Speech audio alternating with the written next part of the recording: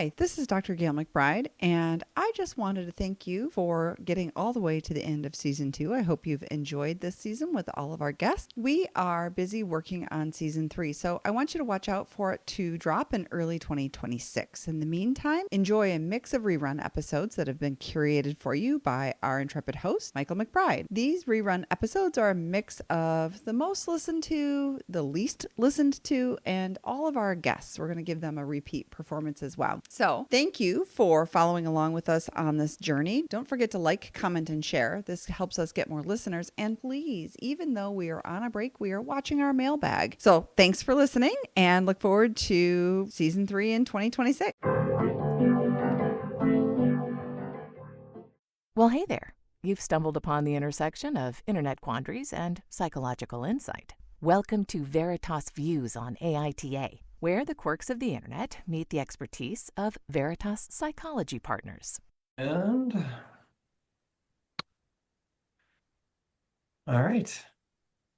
Thanks for joining us. I'm your host, Michael MacBride. I'm joined by our dynamic today trio of psychologists. Hi, I'm Dr. Gayle MacBride. As always, I'm here with Dr. Danielle Kessler, my business partner at Veritas Psychology Partners, and we are thrilled to bring you Dr. Bill Hoekstra, who is a psychologist who trained at the Chicago School of Professional Psychology, and he is really special. He is, like Dan, a diplomate in behavior sleep medicine. This means he's done a butt ton of extra training in sleep and is really knowledgeable about that. He also does a lot of work around trauma. He's done some EMDR training and some ART training, which are specific trauma treatments. Bill, really, we're glad to have you here. Thanks for taking time out to join us today. Thanks for having me. Really appreciate that. All right. Michael, you have a conundrum, a query, a something. Problem, an issue, a thing. Problem, an issue, a thing that the three of us are going to take on. Could you maybe give us a little bit of info about what we're talking about today? For sure. Well, first of all, welcome everybody. For any of the newbies out there who don't know what Am I the Asshole is, in short, someone posts a scenario and says, hey, who's the asshole here? And that's what we're going to hope to figure out. Where there's any identifiable information in the post, we've changed those to be a little more discreet. And if you're new, stick around through the credits, and because we always have a bonus conversation. I'm not sure what that'll be about, but we'll find out. Neither Dan nor Bill nor Gail know what I'm going to ask them about today. So let's go. Today's post it's usually I try to find ones that have lots of comments. This one weirdly doesn't have very much. So I'm hoping we can help them out. I think it's important, Michael, that you choose something terribly unpopular. So it is a lot more fun. But no, absolutely. Let's roll. Yeah. So the topic is, am I the asshole for wanting my boyfriend to fix his sleep schedule? Ooh, that's interesting. And I haven't really seen very many about sleep. So I was like, all right, this one piques my interest. So it's interesting. Yeah. And since we all work with sleep, this is going to be really interesting. Mm-hmm. Yeah. All right. Hopefully, and maybe we can give them some good feedback. So, okay, so the poster is female, her boyfriend, male, both early 20s. And they've been together for a little over 2 years. And right now they're in a long distance situation. They're both students. And so she says, throughout our relationship, we both had semi-fucked up sleep schedules, but always fixed them right after. Unfortunately, I'm not sure exactly what that means, but you guys have probably dealt with some messed up sleep schedules, so maybe you can imagine that. She says his sleep schedule deteriorated a lot since university started, and it's not because he's studying. He doesn't attend most of his classes and probably will fail his finals. Interesting. I usually go to sleep between midnight and 1 a.m. and wake up between 9 and 10 a.m. Meanwhile, he goes to sleep at 4 to 6 a.m. and wakes up frequently at 4 p.m. Only on some days does he wake up between 1 and 2. Not to mention, when we do talk, he somehow falls asleep, and it honestly feels like I'm dating myself, not him. Each time I've tried to intervene. Wait. He falls asleep in the middle of a conversation? Okay. That's what she says. Yeah, I'm already like wait a second. Like, you're worried about his sleep schedule? How about his Health, like his life? like he's clearly failing across the board at all sorts of things. But sleep is obviously one of them. Feels like this is a wormhole, doesn't it? Like, yeah. Yeah. All All right, right. Michael, finish So we it. should probably continue, but I was Yeah, just sort of struck Yeah. by bring this plane in for landing. Yep, there's only one last line, which is each time I ask him to fix his sleep schedule and talk about it with him, he does for one day and then goes back to the old habit. Am I the asshole in trying to intervene with his sleep needs? I know, I know, I know. Oh, yes, Bill, Yeah, I love yes, yes. it. No. So you're not worried that she is she's only focusing on his sleep schedule.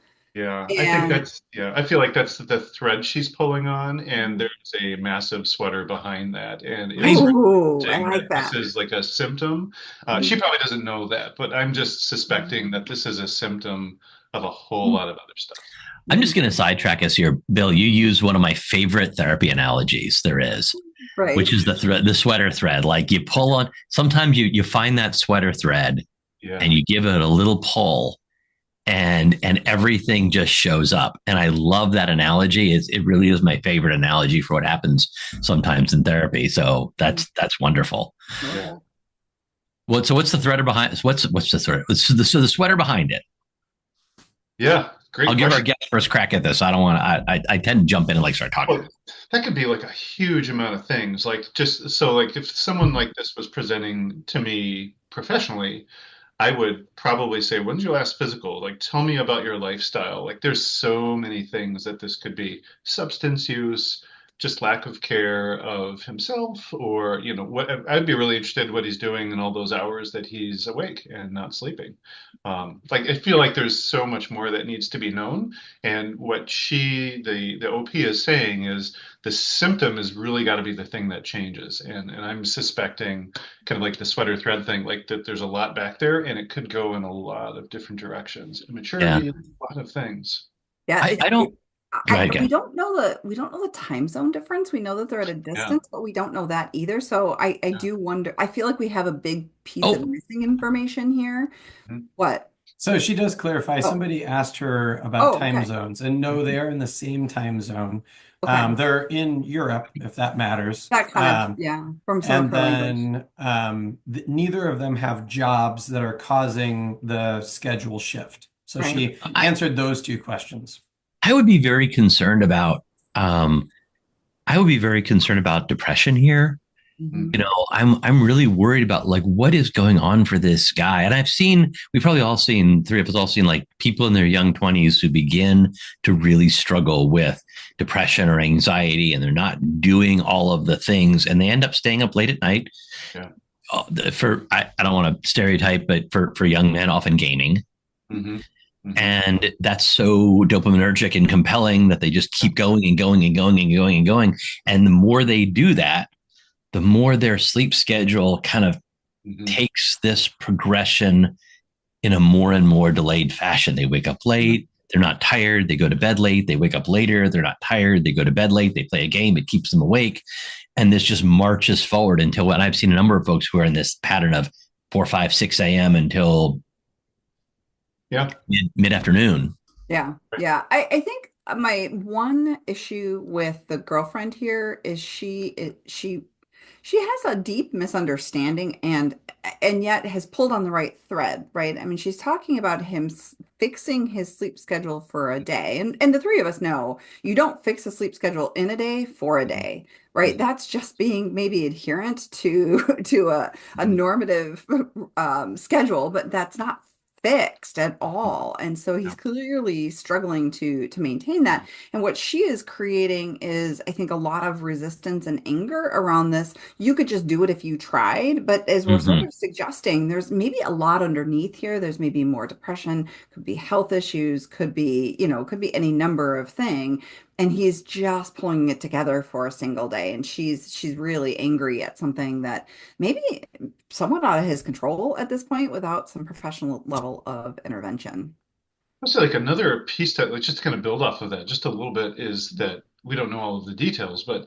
there's a sense that the boyfriend doesn't have too much interest in, we think, in changing a sleep pattern so that he is kind of aligned with what she needs. And so I can't imagine dating or being married and falling asleep in the middle of my, dinner and like feeling like this is the way it is. Like it's just really interesting that there seems to be like a built-in sense of resistance to this kind of shift.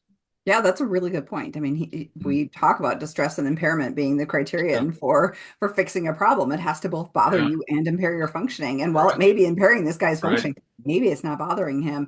And so now exactly. what she's seeing is, hey, I'm dating someone Yeah, and I'm distressed by this and right, he's not. And now I'm distressed that he's not. right. Right. So And yeah. I keep thinking like she's the OP is focused very much on should I change his sleep schedule? Mhm. And while the sleep schedule is certainly problematic, well, we all seem to be in agreement that it is symptomatic of something bigger. There is Right. something else here, and she's focused on the sleep schedule, which great. But I wanted the post to be something more like, I'm really worried about my boyfriend, and I'm worried about like Yeah. he's not doing well in school, and he's not showing up for things, and he seems to be failing at all sorts of things. What can I do to help him? Oh, and by the way, as part of that, like she seems more focused on. I don't want to be negatively judging her, but I want to focus on what's going on in his Yeah. world. Like Right. Yeah. what's his problem? He's something's going on for this dude. Or maybe an indication of how out she really is, leaning out of Yeah. this relationship that, I'm just kind of done. I mean, frankly, if I'm dating a guy and he's falling asleep on me in mid-conversation, I would feel like I'm dating myself. And quite Yeah. frankly, I don't need him in the relationship if I'm going to be by myself. Yeah. So I may be leaning out of this and kind of done because he's not motivated to make some healthy changes. I think Mhm. also, I mean, we have to remember mid-20s. So she's in a place where her brain hasn't probably finished fully developing. So she is going to Mhm. be a little me and egocentric about this. That's good. Thank you for the reminder there. Yeah, so Yeah. I'm not terribly disturbed from a developmental perspective Right. about how she's kind of handling this. I think it may be an opportunity for her to learn relationship skills longer term. Yeah, what So Dan? it's interesting, Agreed. like to get back to her question, like, is this idea of like, am I the asshole for telling Mhm. him to change? Like, if we just take out like what she's asking him to do, I think what she's really saying is, will you change so that we can work better together? Yeah. And the fact that he's apparently not doing that, I would say, like, absolutely, you're not the jerk in this situation because you are asking someone to show up for you in the way that you would like for them to be present. And at that age, like we're trying on relationships left and right. And like we all have a right to be able to say, this isn't working for me. And so if he's not going to show up for her that way, I don't think she's in the wrong at all for saying, this isn't working for me. Whether he sees that as a deeper issue is a whole other issue. Right. I love the way you frame that, Bill, because we often get caught up in does someone have a right to tell someone else what to do in a relationship? Right. And while on one hand, no, on the other hand, we have a not just a right, but an obligation to tell our partner what we need in a relationship, Yeah. which Yeah. isn't the same thing as you have to change. It's more like this is what I need in a relationship. Mhm. Yeah, I need someone who's present. And if you can't be present in a way that works, then this relationship isn't working for me. And we Yeah. mix that up with being demanding and pushy and manipulative and controlling it. It's not. It's just setting a boundary for this is what I want in a relationship. She's saying, Yeah. I want someone who's awake. Like minimally, Here we I go. would like someone I'm in a relationship with to be awake Yeah. at some of the time that I am, unless there is something that's preventing them from it. And what she's saying pretty clearly here is there's nothing preventing him other than whatever's going on in his world, which needs to get fixed. Mhm. You're saying And like consciousness is not a reach. Like that is a reasonable expectation. Right. I think this is not a reach. it is a minimal part of a relationship that Base that expectation. I would want any partner. I would want my partner to be functionally conscious. Right. To build off what you're saying, Dan, I mean, we make requests in relationships all the time, right? It's how do you make that request? Do you stamp your foot and insist on it? Or do you just say like, hey, this, like you said, I'd like you to be conscious for the time that we spend together. That'd be nice. Yeah. And that's a request. So we don't know how she's addressed this with him. But I think, Dan, to your point, it's a fair ask. And then, I think the thing that you see in healthy relationships is what the Gottmans, John and Julie Gottman talk about in terms of of accepting the influence of your partner. There are things that we end up doing in relationships that we wouldn't otherwise do ourselves or prioritize ourselves, but our partner finds that important. They've made that known, and we become willing to engage in that activity or behavior, or even take on some of that perspective, and at least respect that perspective. Yeah. And this guy is not really in any deeper way accepting that influence from her, maybe because he's got some other underlying things that he can't. So then I think, yeah, fair. She doesn't have a relationship partner here who's active with her. Yeah. I mean, I don't think And she's. don't read that as you need to leave him. No. I mean, she's I don't want to clearly be not that person on a podcast saying, rah, rah, rah. I'm just Yeah. concerned about his level of engagement. I don't think she's an asshole at all for this. And Gayle, by the way, I appreciate you're reminding me of the developmental stage she's in. In young 20s, we're still pretty egocentric. The 20-year-olds, they all think they're fully grown, but their brains, what are we 20? What is it? 24, 25, 26 before the brain is really there. Yeah. And so that probably means he's developing too. His brain is also underdeveloped. Yeah. Right. So we've got these two underdeveloped brain humans, and they're trying to work this out. I don't think she's an asshole at all. I'm really concerned for him, and want to find out what the sweater is, as Bill has mentioned, that's interfering with his not necessarily interfering with his sleep, but interfering with him doing something about it. Right. I'm worried about this young man and what's going on in his world that's leading him down a path, because folks who stay up all night and sleep during the day, who don't have jobs, like their likelihood of success in any endeavor is small. Well, remember, he's also a student, so he doesn't have a job, but it's not as if he's just unemployed. It sounds like he is a student, but he's going to fail. So he's going to fail. Yeah, he is going to fail. He's going to fail. So his relationship is probably the least of his concerns here. Yeah, the backdrop is like the whole wall is crumbling from what it sounds like. And so like I think I really appreciate both of what you're saying, like this whole respect to the relationship. And like we would just assume, like, if there's some compatibility between the two of them, what a great way for each of them to lean into the relationship, to listen to her and to take her cues that something's really off, to then respect himself and to respect her and look into that. And what a great way to build some intimacy between the two of them. Or like, she can always do the 20-year-old thing and say, like, you're just not my type. And then off she goes to another relationship. And that would be fair too. But that doesn't give her a lot of connection or ability to work through some of these challenges that will for sure come up in other relationships in other ways down the road. Yeah, I think the biggest risk to her is feeling unimportant and invalidated, depending on the kind of issues she brings to this relationship. It may be reinforcing some negative self-esteem, self-talk, and that kind of thing. Like, hey, he could have changed if he really wanted to. I'm not important enough. Like that. As 20-year-olds, we go down some rabbit holes with that. And that's hard. That's really, really hard. So I would love to see these guys having some healthy conversations about what this means. So anyway, I think that Michael thought he was bringing us a sleep question, by the way. Yeah, no. And weirdly enough, like a lot of times, Michael, you actually brought us a relationship question. Yeah.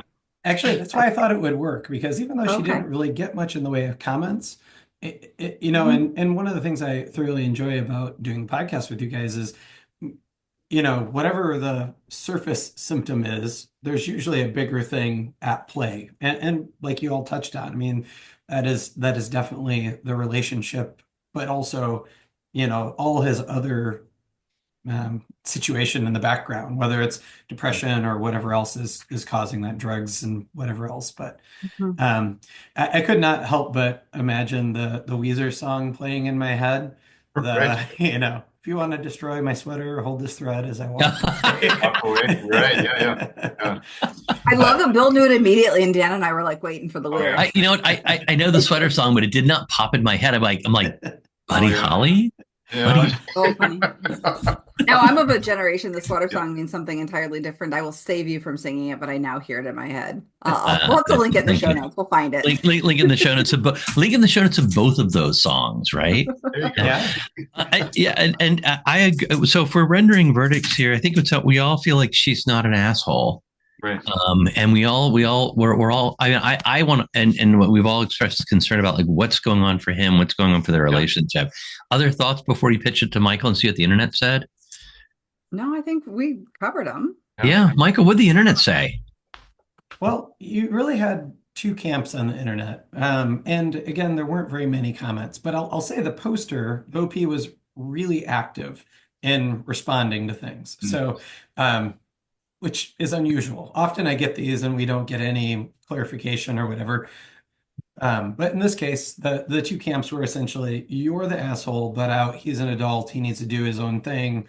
Why does this matter? Which is like, anybody who's been in a relationship, you should understand why that matters. So I was a little concerned about some of those comments. And then the other one was, you're definitely not the asshole. He has bigger problems. And then that kind of led to this conversation about depression. And the original poster kept saying, oh, no, he's not depressed. And then people would say, sorry to say this, but just because you don't see signs doesn't mean that there isn't an illness. And the one thing I didn't see anybody say was, he should probably see a professional. Like, you intervening, you intervening as a girlfriend saying you need to sleep fix your sleep schedule is not the same as actually seeing someone who can help with that. So. Yeah, and we all three treat this. Yeah. This isn't like overnight fixing it. This isn't like just change your sleep schedule. Right. And if she dragged his ass into one of our offices, we'd be like, yeah, there's like put the sweater back into place, right? But we need to rule some stuff out because this is concerning. Yeah, I mean, I would want bringing him in, right? I think that would be our first reaction to this. Yeah, I mean, for someone like this, and we'd want to sit down with this young man, find out what's going on. We'd get a sleep diary from him. We'd spend time really evaluating his sleep issues and concerns. It's going to take, a couple of months to treat this person. I will say the one thing where she, I think, may be a little unreasonable is expecting him to just change his sleep schedule. Yeah. Because sleep schedules, once we're locked in with that circadian rhythm, that's a hard shift to make. Yeah. To change the circadian rhythm for a day. Right. This is an overstatement here. Right. So as someone who doesn't get to see the inside of your offices and what you actually do on a day-to-day basis, I'm curious, like if somebody came into you and was like, hey, I have problems with sleep. And then as you're talking about sleep, you're like, holy shit, you have so much else going on. Like what comes first? Like, how do you unravel that, to stick with the sweater analogy? That's a really good question. At least for me, like I always defer to the individual on what do they feel like they have the motivation for, because the last thing that I want to be doing is trying to change something that is third on their list when there's first on their list. And even with that list, I'll oftentimes have to say, like, the positives of treating this other thing first are that we don't do this other thing. And for example, sleep. If sleep is the last on their list, and I don't know, maybe like losing his girlfriend is first on his list, we'll probably spend some time, but we have to get to the sleep at some point. So we'll talk about pros and cons of how they prioritize things. But I always start with what they're willing and able to do.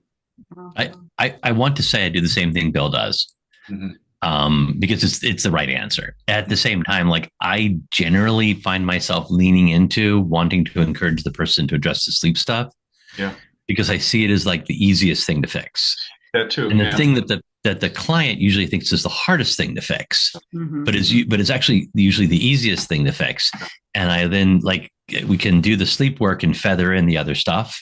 So that's my personal preference. I certainly do if someone's like, no, I'm fine with my sleep schedule, but I will find I think I have to pull myself back as a psychologist from being a little pushy about that, because I know that's probably the best bang for your buck in the number of sessions. Right, but where's pushy in the line for building motivation for the most impactful treatment, right? 1, 2, and 3 are all really important. But let's imagine for a moment if we reorder that 3, 2, 1, because this does have a lot of bang for buck. And if you can get to Bill's point, that sign on and that agreement to reorder it, then, then we've got exactly, kind of Bill's answer. I will say one of the things that I really value as a clinician is having a good release of information in place, because I want to work with my medical colleagues to start ruling some things out. And that I just sell as concurrent work. Like you can go see your doctor, hear some conversations, like you need to bring this up. And we can do some of these things in the meantime. There's no reason that we have to necessarily do them them in a sequential order. We can do them concurrently. Mhm. Cool. If they have People- if they have motivation. I was going to say, Dan, I really appreciate your point too, because we know what is heavy lifting and what is not so heavy to lift in therapy. And so patients have no idea oftentimes.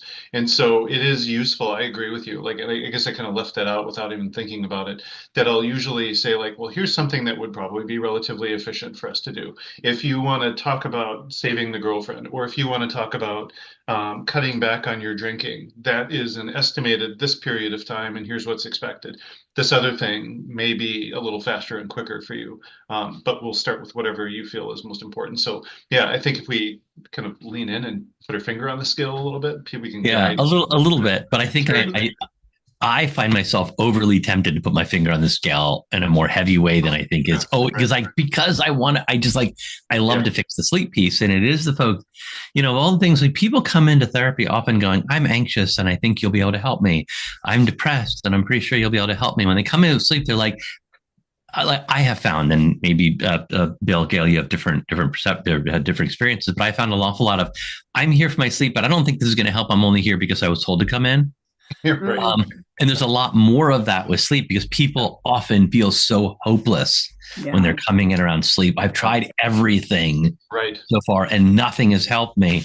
So there's a little bit less buy-in a lot of times in that initial visit that the work on sleep can be beneficial. And I think part of that is just the information that's available, right? I've tried everything. What in the world could you possibly offer? Mm-hmm. Let me tell you about cognitive behavioral therapy for insomnia. Mm-hmm. Excuse me, what? I haven't heard of that, right? And the doctor hasn't heard about it. Like, this is really new information. And so I think they do feel desperate because we don't have a common conversation about CBTI, cognitive behavioral therapy for insomnia. We talk about what meds are you on for sleep? Are you taking melatonin yet? We have those conversations. I know. Stop cringing, both of you.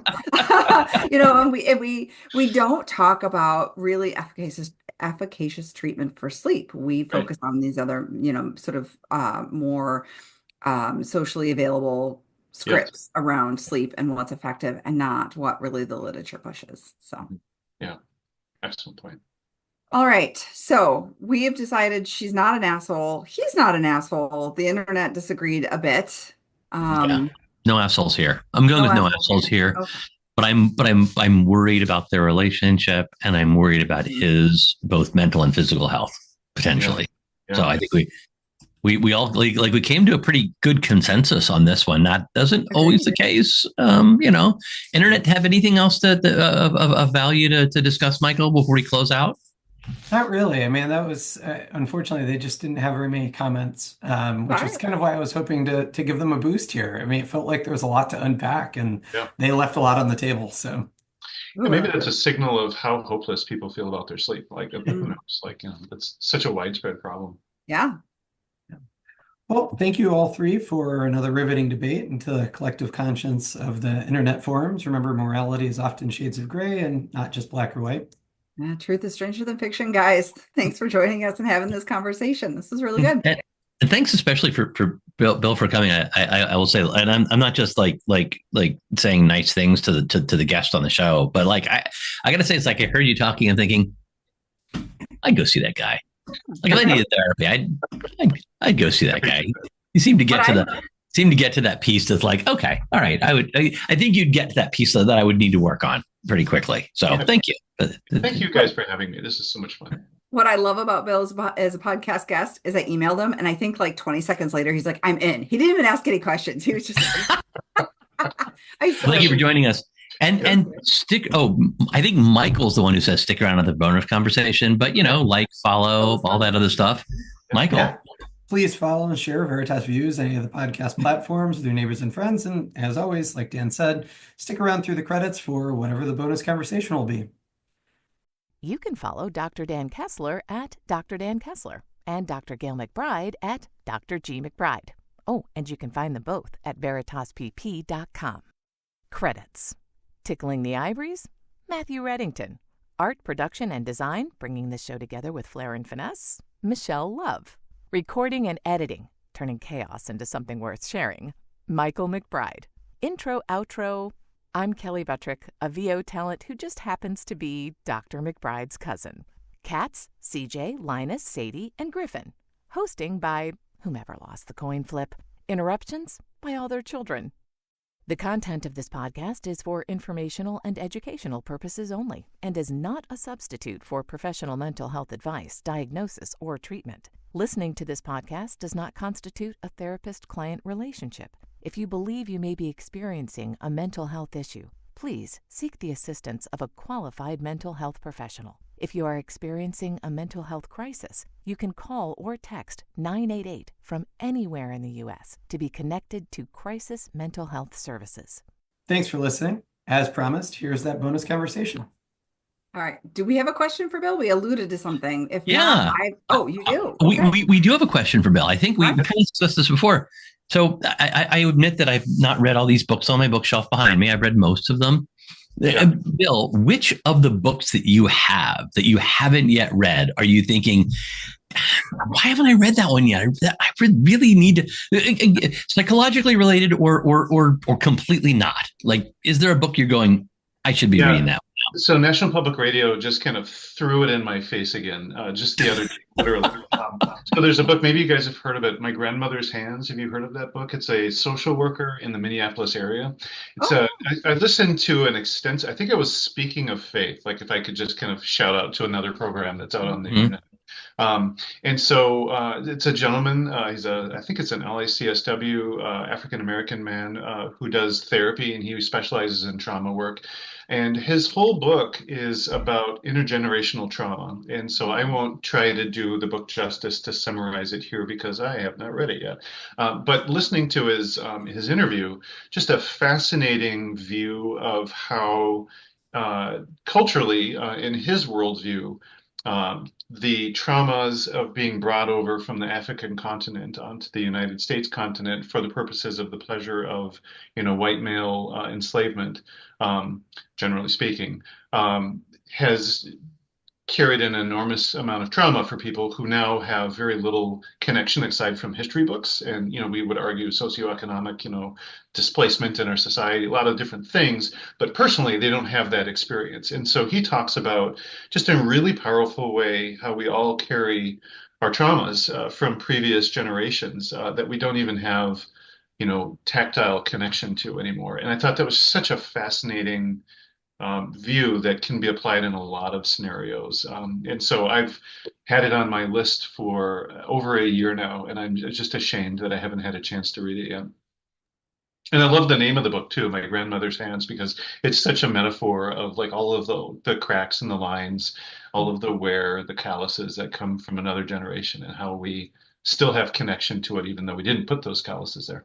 Yeah, it's immediately a visual for me, My Grandmother's Hands. Yeah. Well, thanks for tuning in. Tune in again next week for a whole nother Am I the Asshole debate. We love hearing from you, so please review us on Apple, Spotify, or, well, wherever you're listening. If you enjoyed this podcast, please review, like, and follow. Also, give it a share. This helps us reach more listeners.